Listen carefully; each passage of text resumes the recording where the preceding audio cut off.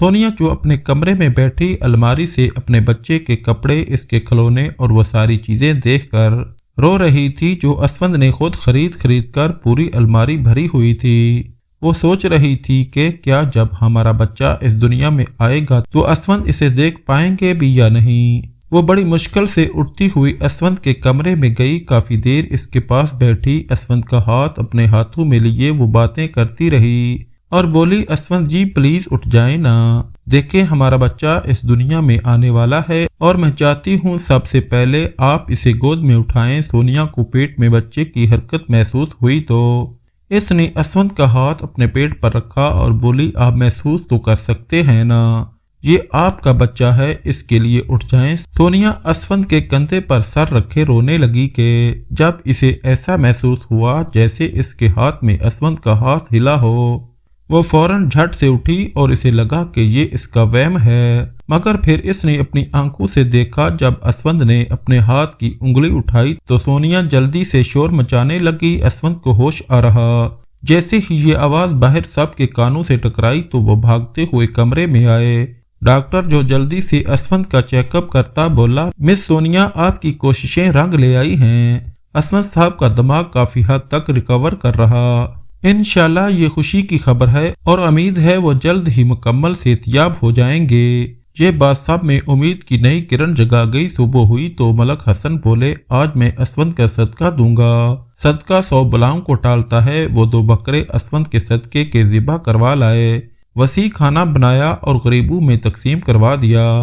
آج اسفند کو یوں بستر پر لگے 1 ہفتہ ہونے والا تھا، اب اس کی طبیعت میں کافی بہتری آئی تھی، وہ باتوں کو سنتا اور چہرے پر تاثرات بھی دیتا تھا۔ روحی جس کی طبیعت میں بھوجل پن اور چڑچڑا پن زیادہ آنے لگا تھا، آج وہ اسفند کے پاس ہی کھڑی اس سے باتیں کر رہی تھی کہ جب اسفند نے اپنی پلکیں جھپکی اور شاید آج وہ آنکھیں کھولنے کی کوشش کر رہا تھا۔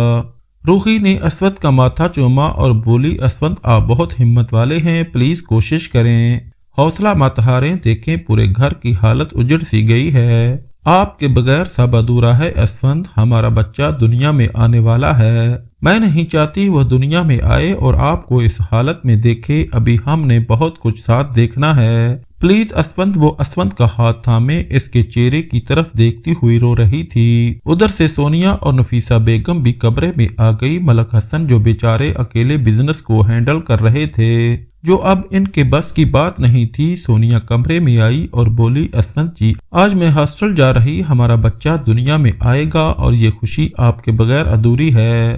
سونیا کی آنکھوں سے آنسو جاری ہو گئے کہ جب اسفند نے آہستہ آہستہ آنکھیں کھولی، پورے 10 دن بعد آج اسفند نے پہلی بار اپنی آنکھیں کھولی تھی، شاید وہ اپنی اولاد کو دیکھنے کے لیے تڑپ رہا تھا۔ ڈاکٹر جس نے جلدی سے اسفند کا چیک اپ کیا اور بولا، مبارک ہو آپ سب کو، ملک اسفند اب تقریباً خطرے سے باہر ہیں، انشاءاللہ یہ اگلے 1-2 دن میں اپنے پیروں پر کھڑے ہوں گے۔ یہ وہ خبر تھی جسے سننے کو سب کے کان ترس گئے تھے۔ نفیسہ بیگم نے ملک حسن کو کال کی اور بولی، ملک صاحب مبارک ہو، آپ کے بیٹے کو اللہ نے دوسری زندگی بخشی ہے۔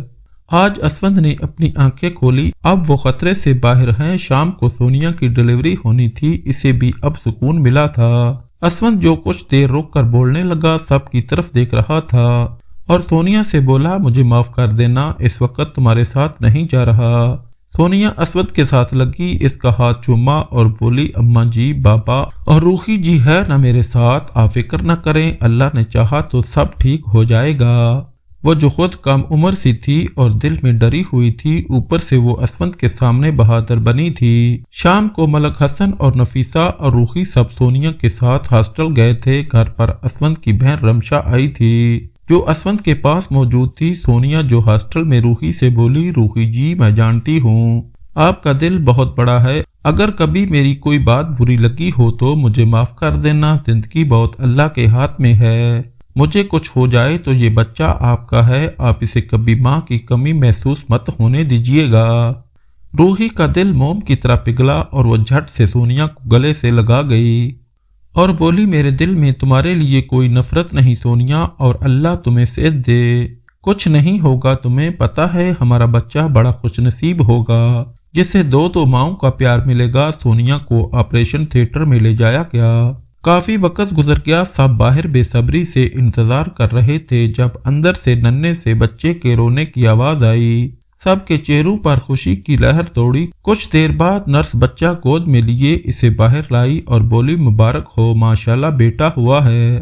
ملک حسن جو وہیں زمین پر سجدہ ریز ہو گئے۔ نفیسہ بیگم کی آنکھوں سے آنسو تھے جو تھمنے کا نام نہیں لے رہے تھے۔ روحی نے آگے بڑھ کر کانپتے ہاتھوں سے بچہ گود میں لیا اور آج اسے ایسا لگا کہ اس کی سونی گود ہری ہو گئی۔ وہ بچے کو چومتی ہوئی اسے نفیسہ بیگم کے پاس لے گئی۔ روحی نے رپشا کو ویڈیو کال کی اور کہا، اسوند کو سامنے کرو تاکہ وہ اپنی اولاد کو دیکھے اور اپنے قدموں پر کھڑا ہو سکے۔ اسوند ہلکی سی ٹیک لگائے بیٹھا تھا، سر پر اس کے ابھی بھی پٹی بندھی ہوئی تھی۔ جیسے ہی روحی نے اس کے سامنے اس کا بیٹا کیا، اسوند کا جی چاہا کہ وہ اڑ کر اس کے پاس جائے اور اسے سینے سے لگا لے۔ وہ سر پر ہاتھ رکھتا سیدھا ہوا کہ جب بچے کے رونے کی آواز سن کر وہ مزید بے چین ہوا اور بولا، روحی سونیا کیسی ہے؟ روحی کہنے لگی، ابھی وہ بے ہوش ہے، آپریشن ہوا، جیسے ہی ہوش میں آتی ہے میں آپ کی بات کرواتی ہوں۔ کال بند ہوئی۔ اسوند بے چین سا ہو گیا اور بار بار اپنے قدموں پر کھڑا ہونے کی کوشش کر رہا تھا کہ وہ کسی طرح ہاسپٹل پہنچ جائے، کیونکہ ابھی 2 دن سونیا نے اور رکنا تھا ہاسپٹل۔ تو اس کا صبر جواب دے جاتا۔ نرس بولی، آپ ویل چیئر کا یوز کریں، جتنی احتیاط کریں گے اتنا ہی فائدہ ہوگا۔ اسوند رمشا کے ساتھ ہاسپٹل جانے لگا۔ راستے سے وہ پھولوں کا گلدستہ اور مٹھائیاں لے کر ہاسپٹل پہنچے تو سب اسوند کو دیکھے حیران رہ گئے۔ پورے ہاسپٹل میں مٹھائی بٹوائی۔ حسن صاحب اپنے پوتے کو اٹھائے اسوند کی گود میں ڈال کر کہنے لگے، بیٹا اولاد یہ چیز ہوتی ہے اور تم میں ہماری جان بستی ہے۔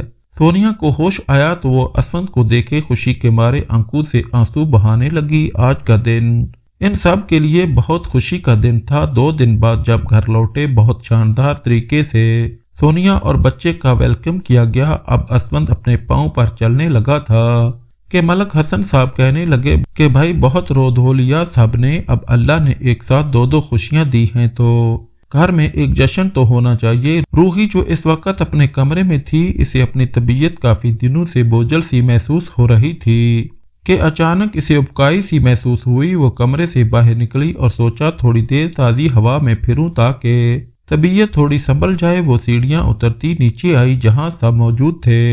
وہ چائے پینے لگے، لیکن جب روحی نے چائے کا کپ منہ کو لگایا تو اسے لگا اسے ابھی متلی آ جائے گی۔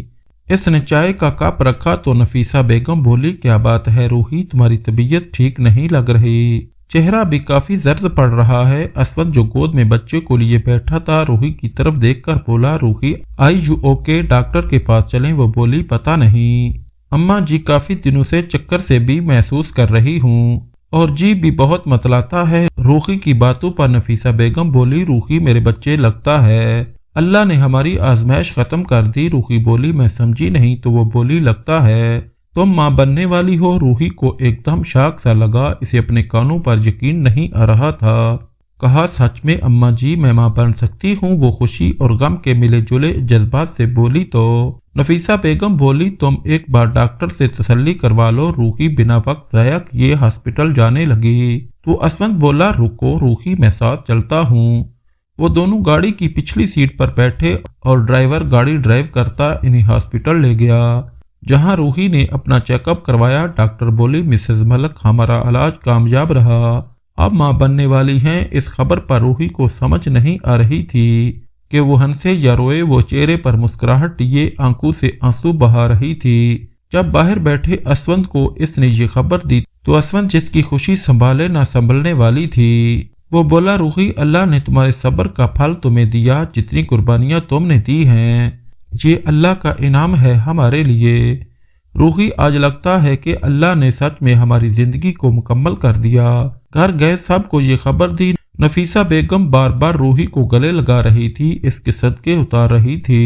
حسن ملک نے اسوند کو گلے لگایا اور بولے، بیٹا تم جیسا نیک اور فرمانبردار بیٹا جس نے ہر وقت اپنے والدین سے دعائیں لیں اور اب وہ دعائیں تمہاری زندگی میں رنگ لے آئی ہیں۔ سونیا جس نے روحی کو گلے مل کر مبارکباد دی اور بولی، روحی جی ہمارا اب ایک نہیں بلکہ 2 بچے ہوں گے۔ سب زوردار کہکے سے ہنسے۔